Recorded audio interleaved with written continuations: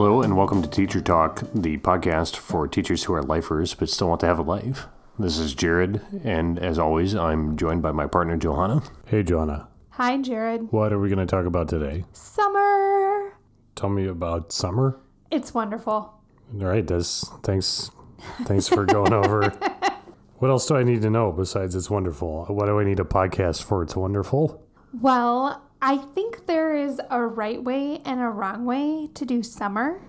And I always get frustrated with myself when the summer ends and I've done it the wrong way. So even though it's wonderful, you can still mess it up? Yeah, it's kind of like a vacation. I mean, you can mess up a vacation, right? So yeah. You have a good vacation, you have a bad vacation. Vacations are good, kind of like naturally. But yes. You could have a good vacation, you could have a bad vacation. Yeah. So we are going to discuss because Wally World could be closed when you get there. It could be very frustrating. Which movie is that?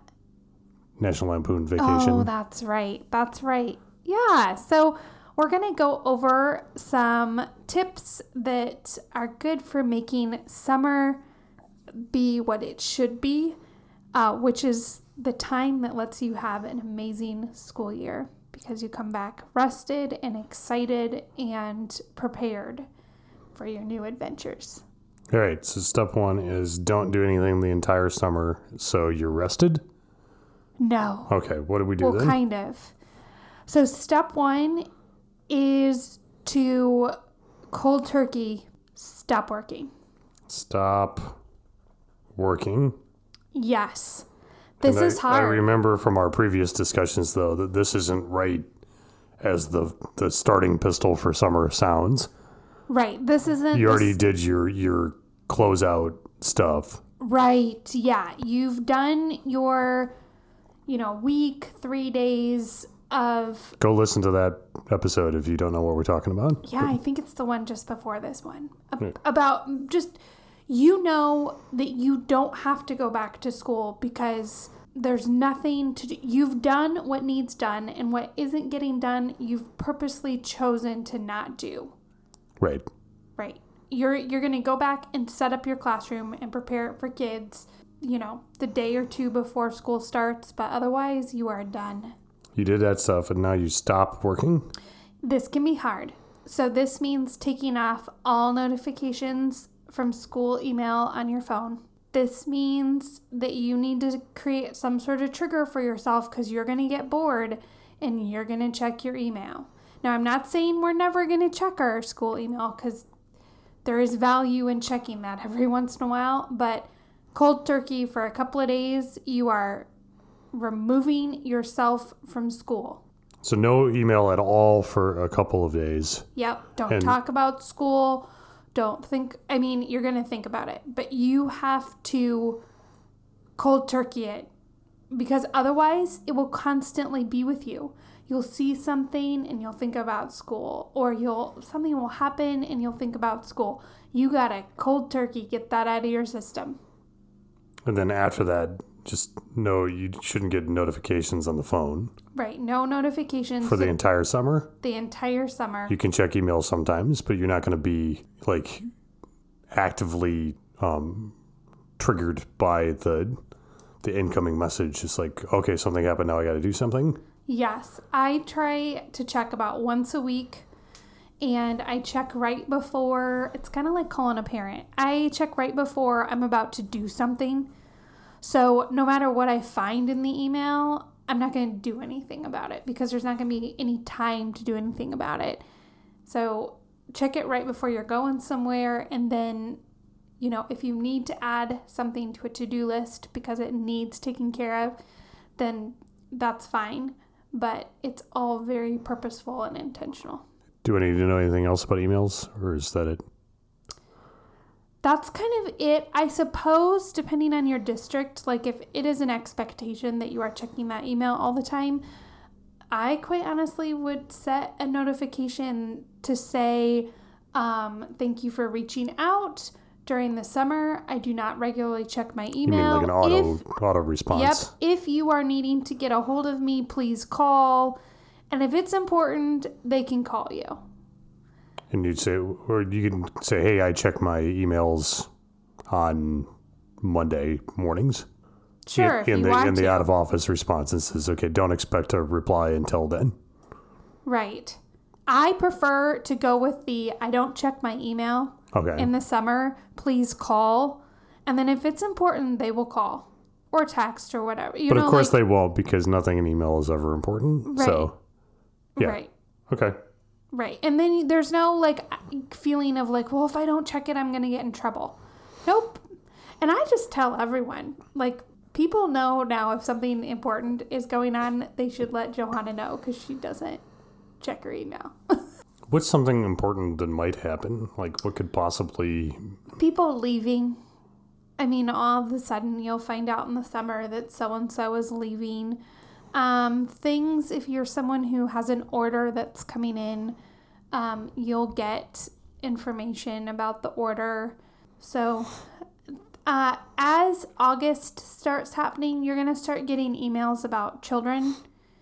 And that can all wait, because it doesn't matter on August 7th that you know X, Y, and Z about this student, because you aren't going to have them on August 8th. So all of that can wait. Sure. All right, what else?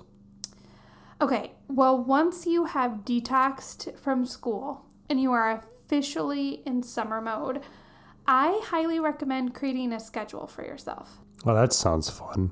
You say that, but one day can flow into the other, and a week can go by and you didn't appreciate your week without some sort of schedule.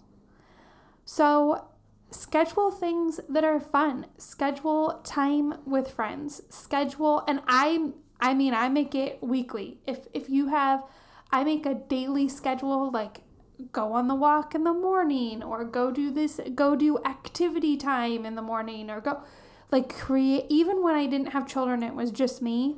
I had a schedule that caused me to get out of the house and go do things. Like I had a set period of time where I wanted to go do something that was an adventure. So I'd go find a new park or a new trail, or I would go on a bike ride. You're looking at me like I'm a crazy person. Yes. This is your podcast, so I mean, you give the advice, but this might be well, there's probably other people like you out there that are also crazy, but this is a kind of a you thing. I don't think so. I am telling you, do you not remember summers when you were a kid and it got to the point where you were just so excited for school to start because you were bored? No. Like you can spend the entire summer like watching television and surfing your phone and never really living life. Like if you go on vacation and all you do is watch TV in the hotel room, like you'll be sad when the vacation is over because you didn't do anything. You aren't leaving with any memories. Well, kinda, but also I'll feel good though that I spent an entire week not worrying about having to do anything. Well, like some people enjoy only doing what they want in the moment. Okay. All right. I suppose that to me leads to a bad summer, because you get back and people are like, how was your summer? And then you pause because you're like, what did I do? Like one day, I'm not saying don't take some days of doing absolutely nothing, but I mean, I'm just saying that like 3 days of doing absolutely nothing and 30 days of doing absolutely nothing, I don't think you inherently get more out of the 29th day. It depends on your mindset. It's a competition between the experiencing self and the remembering self in a way, right? Like the experiencing self can really enjoy being lazy, but the remembering self doesn't value that hardly at all, because it all just kind of like, I kind of wasted the summer. Whereas... Yeah, but then that has you going into your school year angry, which is not the purpose of summer.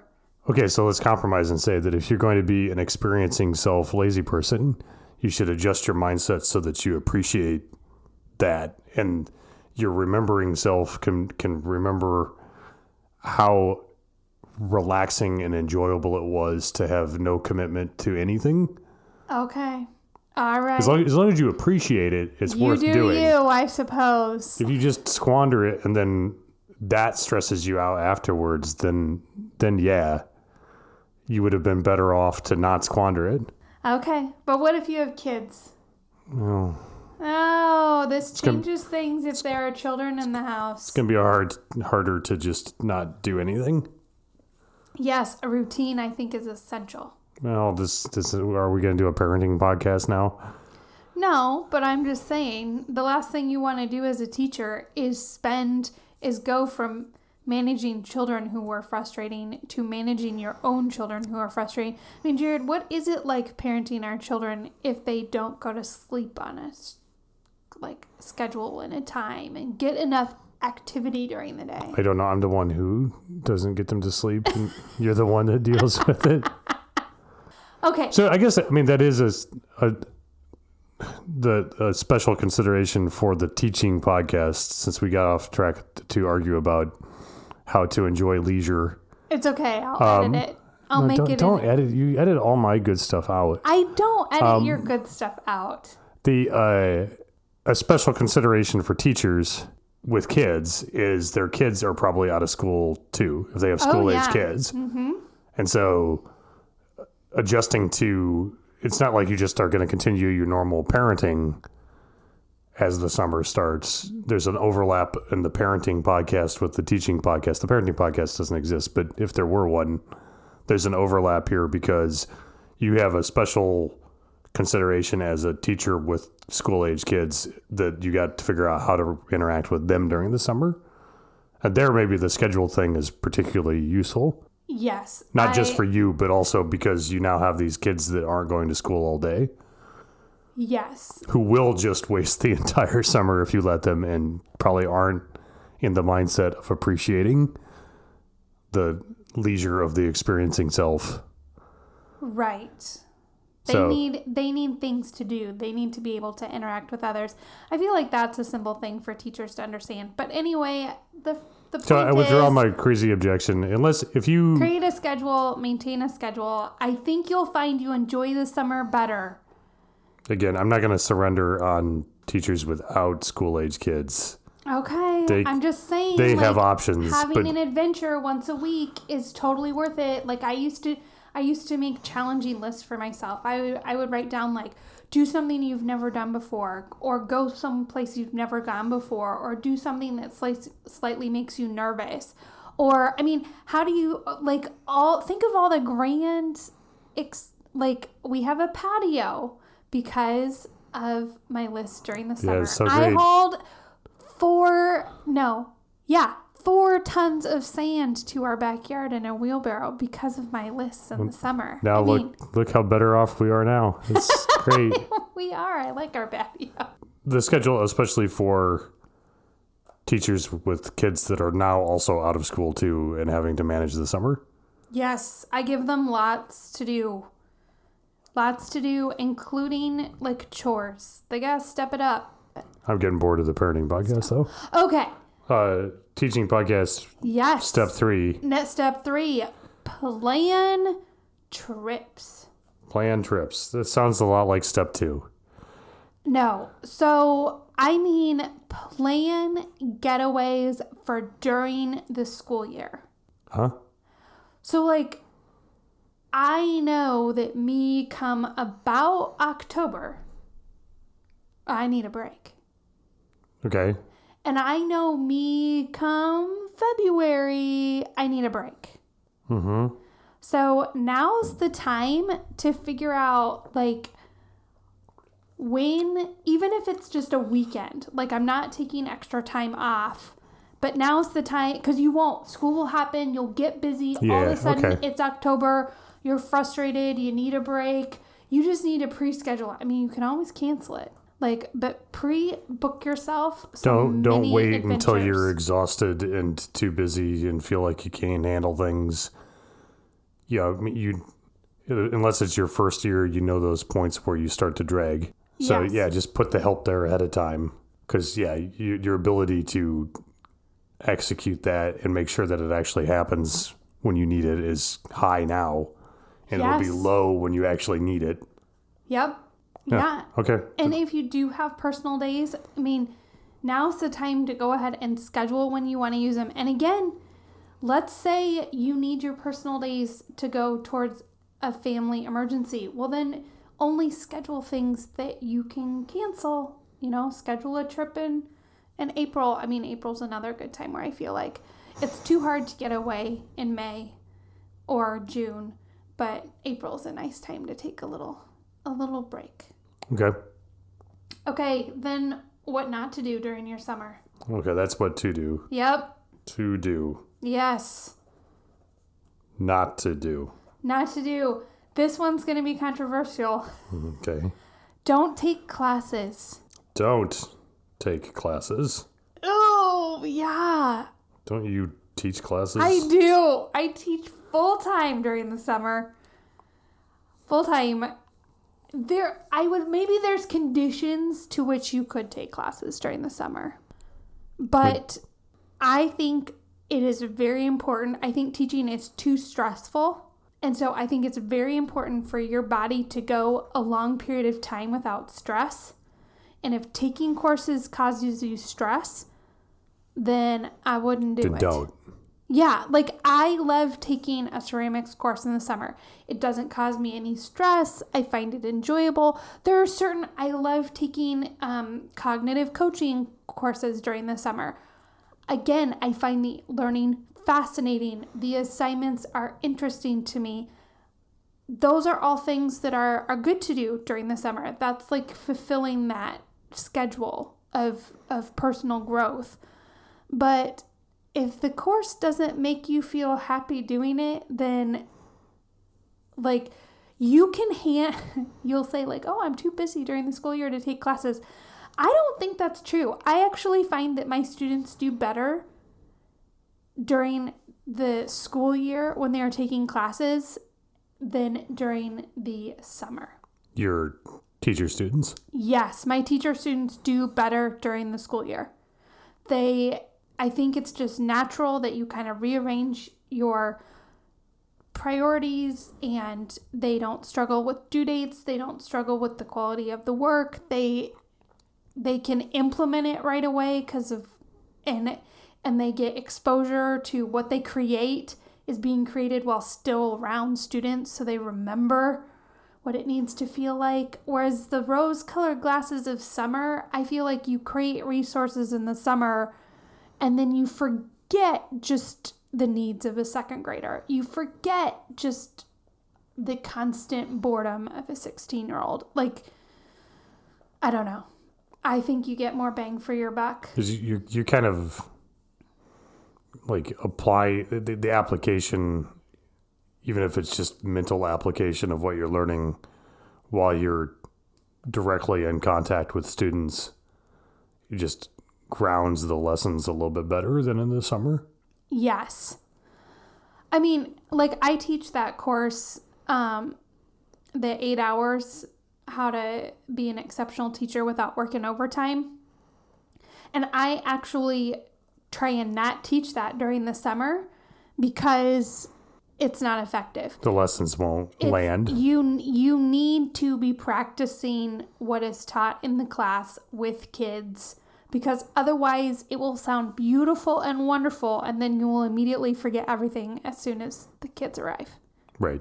Whereas or not forget, but it won't work quite as well as you dreamed and you abandon it. Yeah. Whereas like learning about screen addiction, you don't need to be around kids to have that learning. And a lot of teachers, I find the learning interesting and fascinating. And so it's a joy. But yeah, I mean, the pay scale, like when I was trying to go up on the pay scale, I get you. Try and make sure you don't experience stress over the summer. Okay. What else not to do? Is that it? That's simple. That is kind of it. I mean, the focus is on self-care, family care. For me, I think that means you need a schedule, and I think you need to not have stresses in your life if you can help it. Oh, wait, we forgot one. We? Me. Okay. To get a job or to not get a job? Oh, it's not really to do or not to do, right? But it's a summer thing. Is like, should you get a job? Well, for is it just to do the or summer? not to do? Is it a not to do? I am going to go back to the gauge of, does it bring joy? So let's say, because in some summers I have worked. Well, I work all this. Does it bring joy? Are you stealing from that tiny Japanese lady? Oh, no, that's like if you're cleaning. Okay. Yeah, then you look at the item and you ask, like, does it bring you joy? No. So, like, I teach courses all summer long. I work pretty much full-time all summer long. I love doing it. It brings me happiness and excitement and passion. So, I enjoy working during the summer. Other people, it would bring stress and anxiety. And so, don't work during the summer. What if they want money, though? Then it should bring you joy. Because that's why I started, was I wanted to do things like grand vacations. And so it was a way to create money for those types of things. So then it should bring you joy because you're trading it for something. What if you need money to, like, pay your rent or something? Oh, yes. I remember those days. That is sad. That's not going to be joy, but... It's not going to be joy. Well, then it's more of a thing that you have to. Okay, well then But you could find a job. Like, I wouldn't get a job with kids. Like, I would rather waitress. Like, I would rather... Houses. Isn't that what teachers do, is they paint houses? No, I don't think so. A lot of them will work for, like, I think the wrong thing to do is go work at a day camp.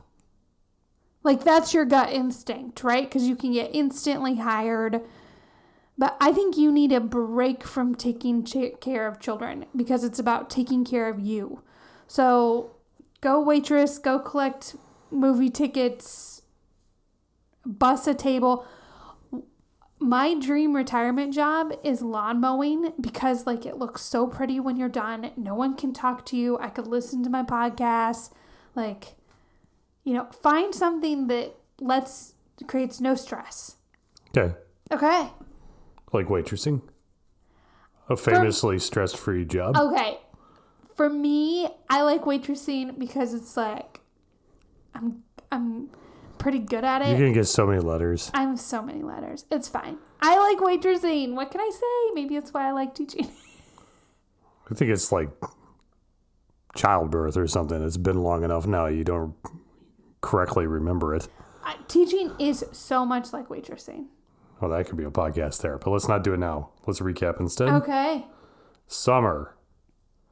It's great. It's great. To do. To do. Stop working. Yes. After you follow the instructions in the previous podcast about how to end the year, but then stop working. Cold turkey. And the key to this is shut the email off for a few days.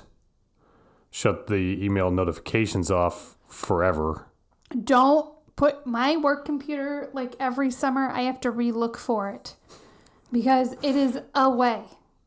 And then put an out of office message up and says, hey, it's summer. I'm not checking emails regularly, so don't count on a reply. Yep. In any given amount of time. If something's urgent, give me a call.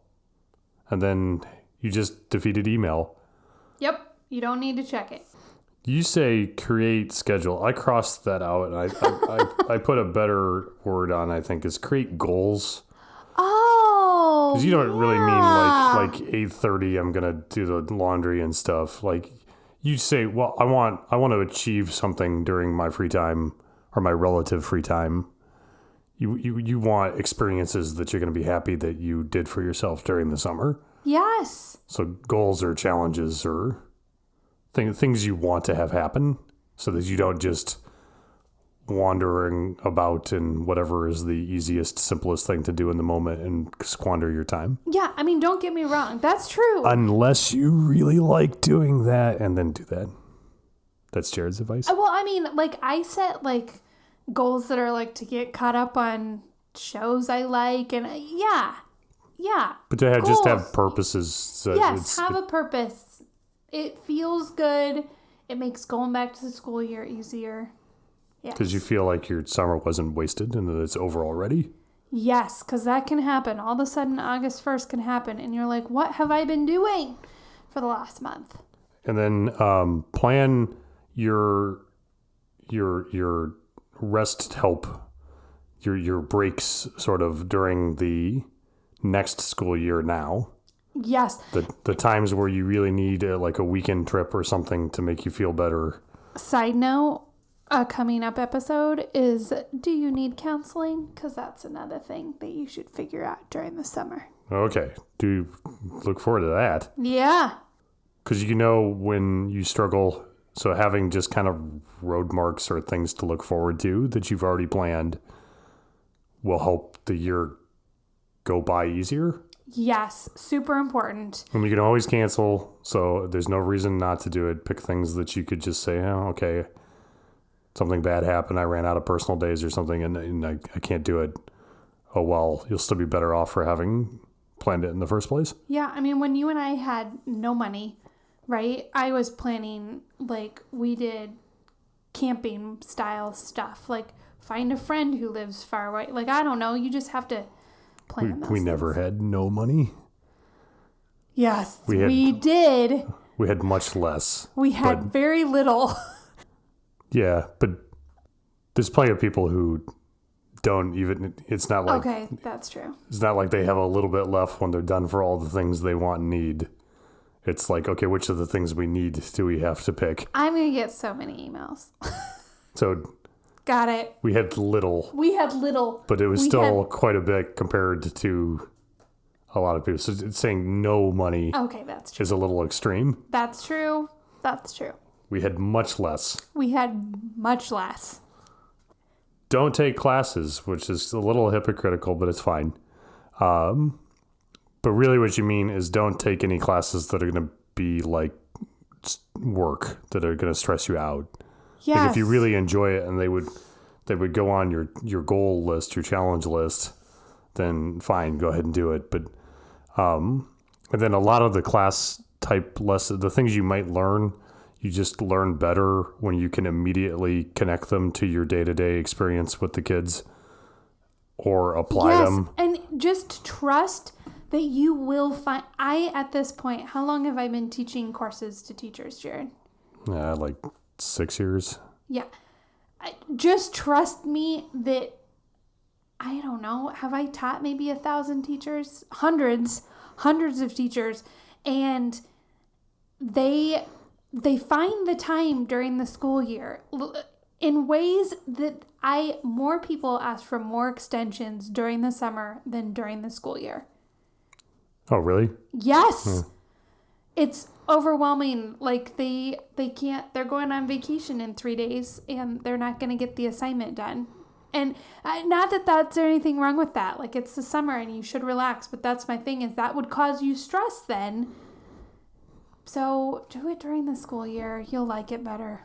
And the other thing not to do is get a job.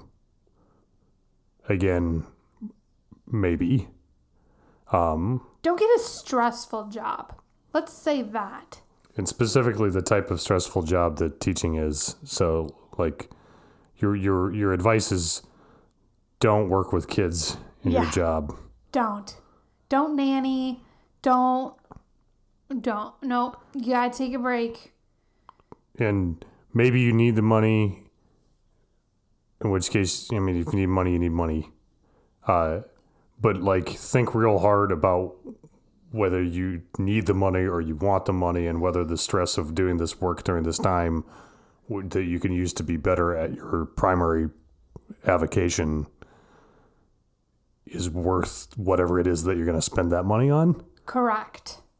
And maybe it's something that you don't really need, but you want, and it brings you joy, and then you won't be stressed doing it. And it's not with kids, and then you get that money and you buy the Fabergé egg that you always wanted. I don't know. And that brings you joy, and then that's fine too. But just be really purposeful, I guess you would say, about whether or not the stress that you're incurring to work during this time is a net benefit to you or not. Right. Yeah. Because summer is all about yourself and your family. And, in the long-term goal, like, we know no teacher has ever burnt out of teaching. So it really doesn't matter what you do during the summer, because you're just going to keep teaching forever anyway, and you're going to be great, and it's going to be fine, right? That is the thing. It's that, people, teachers leave teaching. But the trade-off of working all year round is more appealing than teaching. You have to take this time to recharge, or you won't be able to keep doing this 5 years from now. Yeah. So broadly speaking, the message of this episode is you need this summer for you, and don't squander it. It's about giving your future kids what they need, which is a relaxed... And future you. And future you. A relaxed teacher. All right. Well, thank you, Johanna. Thank you, Jared.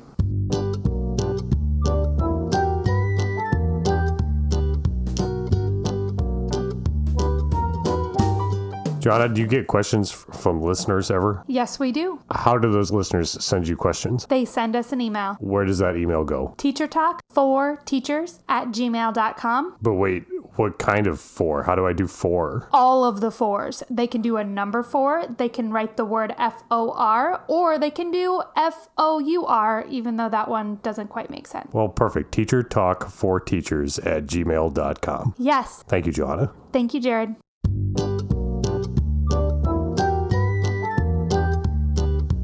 Teacher Talk, the podcast for teachers who are lifers but still want to have a life.